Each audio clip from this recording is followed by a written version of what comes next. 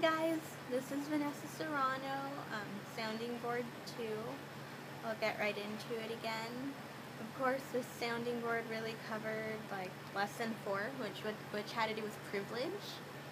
And for starters, I was going to begin with a culture that I've been privileged in. And I know a lot of you probably are familiar with it, maybe from first-hand experience, but that would be the military culture. And for me, it was kind of inherited. I haven't served in the military, but I guess it would be through family association. It wasn't my biological family. It's kind of hard to explain, but it did have to do more of a foster adopted family. So that was a great few years, and in being with that family, their father, our father, was a chaplain in the Navy here in San Diego.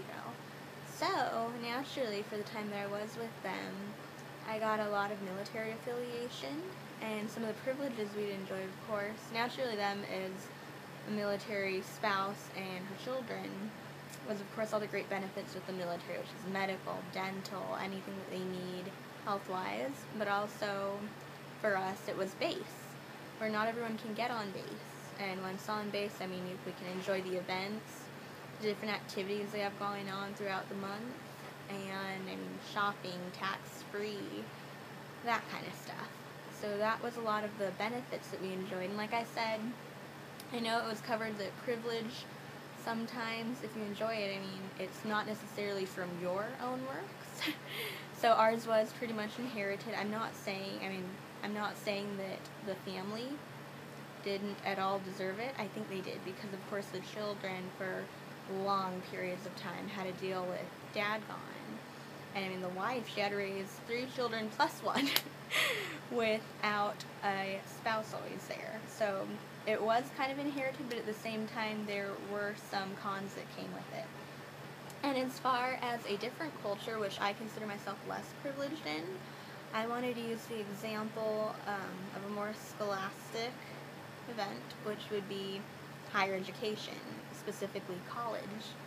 And for me, I know I struggled with it a lot, like right when I was about to graduate high school, and that would really just be the difference between community colleges and universities, where I had a lot of friends who, and they were fortunate enough to be able to move on to 4-year universities right away, but for them, it was more or less through a sense of entitlement of, oh, mommy and daddy have money, so I don't need to think twice about having to get into a college or a university, of course, whether it just be one of the CSUs, maybe, I mean, my grades aren't up, so I'll just get into any CSU they can pay for.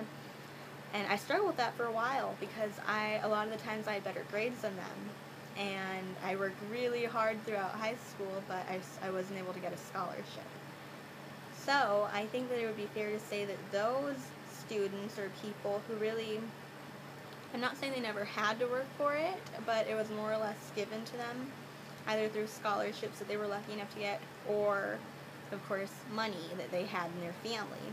I think that they wouldn't be familiar with the struggle that the community college student sometimes has to face, where this was really, as far as higher education, my only choice right away. And I'm okay with that now.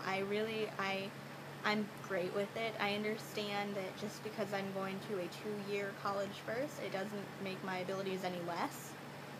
And I think that it's going to be really good to know that I was able to put myself through college. I understand that right after I hopefully get my AA, I might not be able to transfer right away to a university, and I'm okay with that too, because I think it's more or less the journey in getting there. But that was my 2 cents on the topic of privilege. Thanks so much, guys.